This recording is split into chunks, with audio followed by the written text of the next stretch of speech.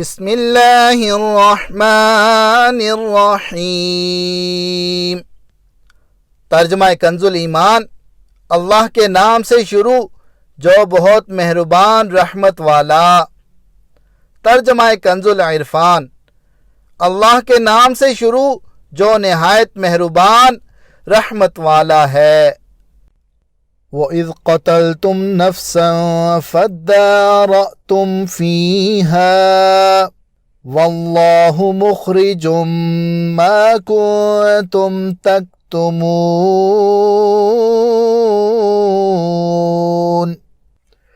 ترجمہ کنز الایمان۔ اور جب تم نے ایک خون کیا تو ایک دوسرے پر اس کی تہمت ڈالنے لگے اور اللہ کو ظاہر کرنا جو تم چھپاتے تھے۔ ترجمہ کنز العرفان۔ اور یاد کرو جب تم نے ایک شخص کو قتل کر دیا پھر اس کا الزام کسی دوسرے پر ڈالنے لگے حالانکہ اللہ ظاہر کرنے والا تھا اس کو جسے تم چھپا رہے تھے۔ وَإِذْ قَتَلْتُمْ، اور جب تم نے قتل کیا، یہاں اسی پہلے قتل کا بیان ہے جس کا اوپر واقعہ گزرا۔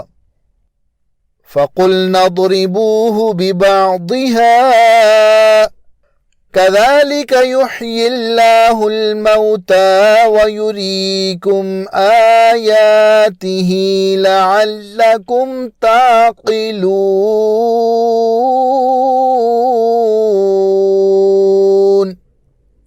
ترجمہ کنز الایمان۔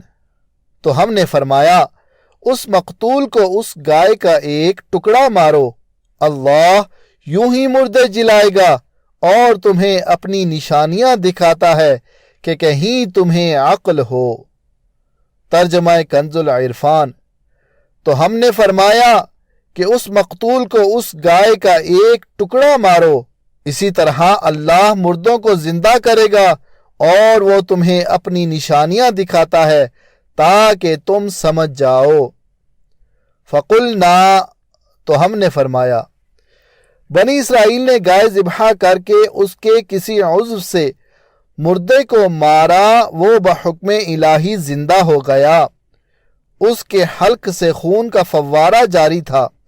اس نے اپنے چچا زاد بھائی کے بارے میں بتایا کہ اس نے مجھے قتل کیا۔ اب اس کو بھی اقرار کرنا پڑا اور حضرت موسیٰ علیہ السلام نے اس پر قصاص کا حکم فرمایا۔ اس آیت مبارکہ میں اللہ تعالی نے مردے کو زندہ کرنے کے اس واقعے سے قیامت کے دن اٹھائے جانے پر دلیل قائم کی کہ تم سمجھ لو کہ جیسے اللہ تعالی نے اس مردے کو زندہ کیا اسی طرح وہ قیامت کے دن بھی مردوں کو زندہ فرمائے گا، کیونکہ وہ مردے زندہ کرنے پر قادر ہے اور روز جزا مردوں کو زندہ کرنا اور حساب لینا حق ہے۔ ثم قست قلوبكم من بعد ذلك فهي كالحجارة أو أشد قسوة وإن من الحجارة لما يتفجر منه الأنهار وَإِنَّ مِنْهَا لَمَا يَشَّقَّقُ فَيَخْرُجُ مِنْهُ الْمَاءُ وَإِنَّ مِنْهَا لَمَا يَهْبِطُ مِنْ خَشْيَةِ اللَّهِ وَمَا اللَّهُ بِغَافِلٍ عَمَّا تَعْمَلُونَ۔ ترجمہ کنز الایمان۔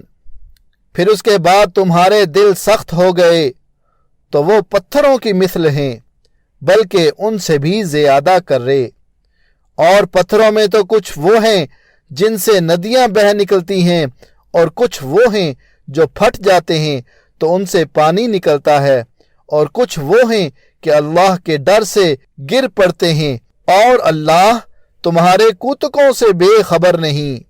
ترجمہ کنز العرفان۔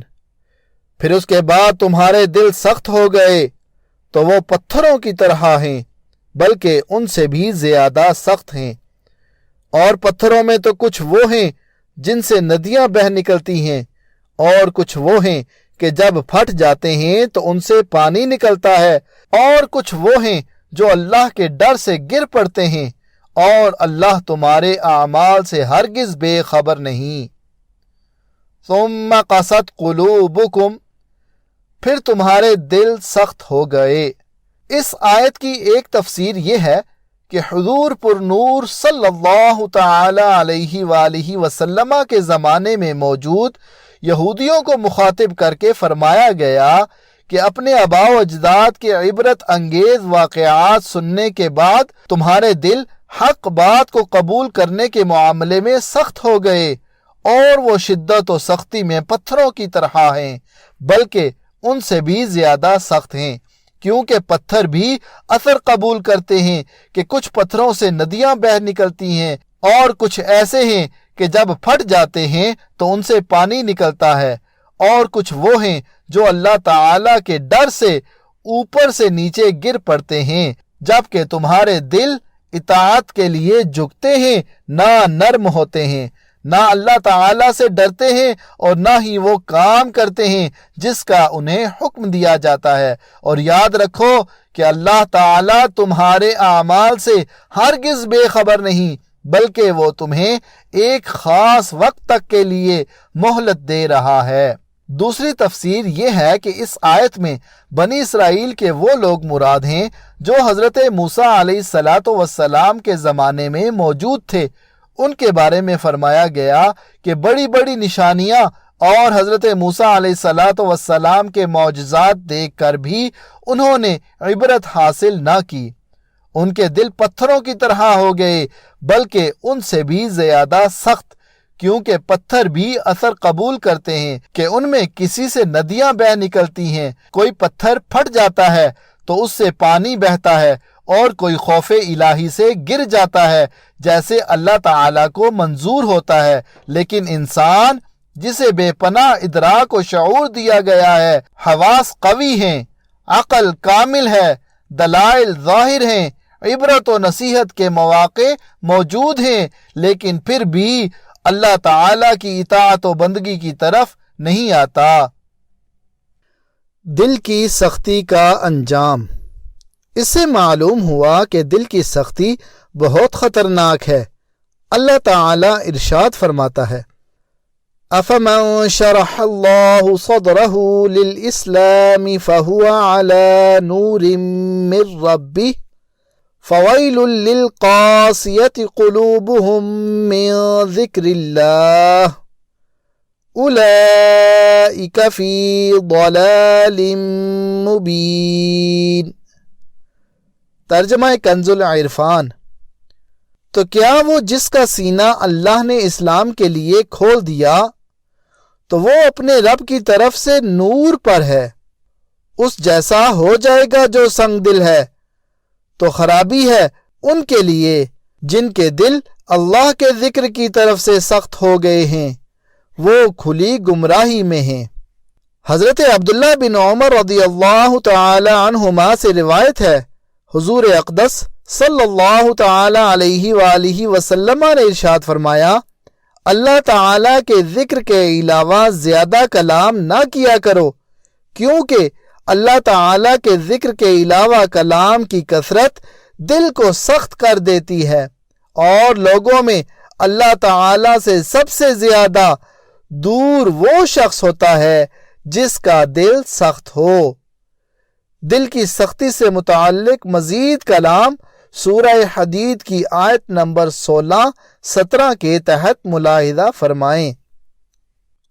أَفَتَطْمَعُونَ أَن يُؤْمِنُوا لَكُمْ وَقَدْ كَانَ فَرِيقٌ مِّنْهُمْ يَسْمَعُونَ كَلَامَ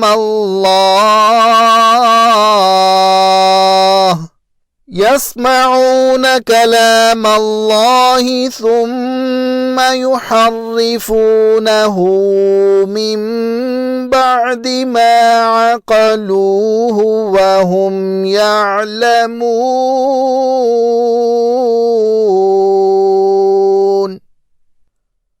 ترجمہ کنز الایمان۔ تو اے مسلمانوں، کیا تمہیں یہ طمع ہے کہ یہ یہودی تمہارا یقین لائیں گے، اور ان کا تو ایک گروہ وہ تھا کہ اللہ کا کلام سنتے پھر سمجھنے کے بعد اسے دانستہ بدل دیتے۔ ترجمہ کنز العرفان۔ تو اے مسلمانوں، کیا تم یہ امید رکھتے ہو کہ یہ تمہاری وجہ سے ایمان لے آئیں گے؟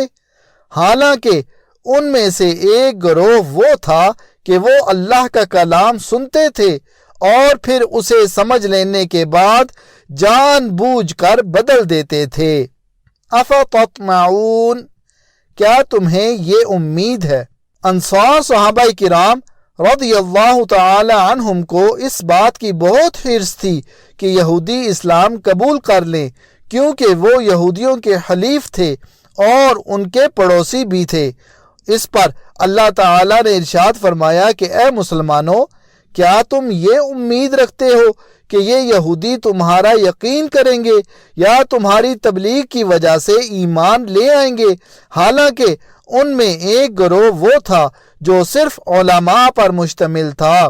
وہ اللہ تعالیٰ کا کلام یعنی تورات سنتے تھے اور پھر اسے سمجھ لینے کے بعد جان بوجھ کر بدل دیتے تھے۔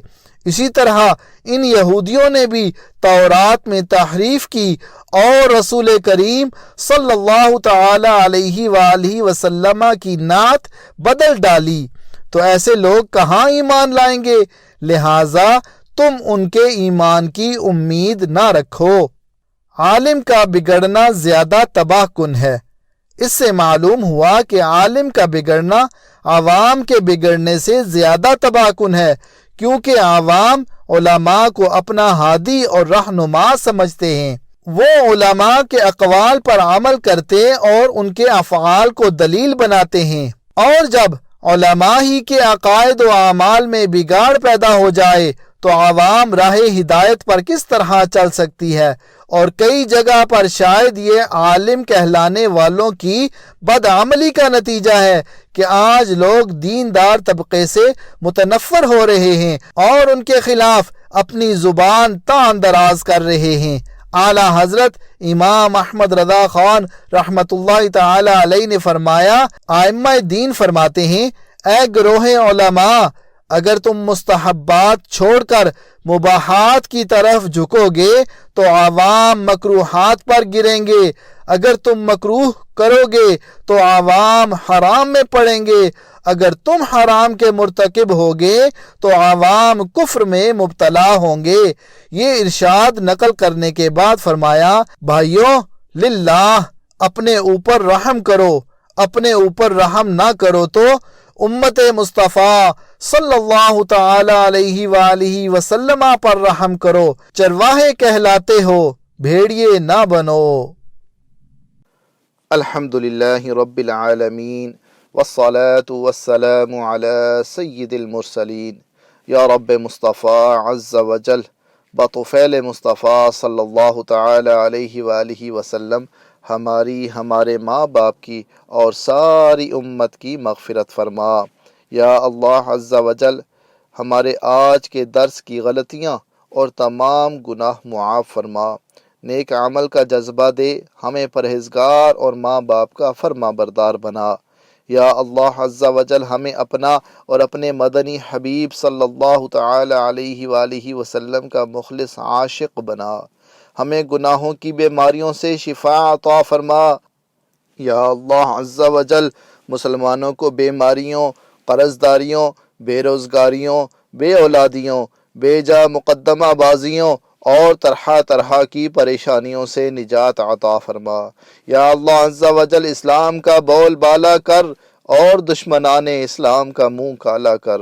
یا اللہ عز وجل، ہمیں دعوت اسلامی کے مدنی ماحول میں استقامت عطا فرما۔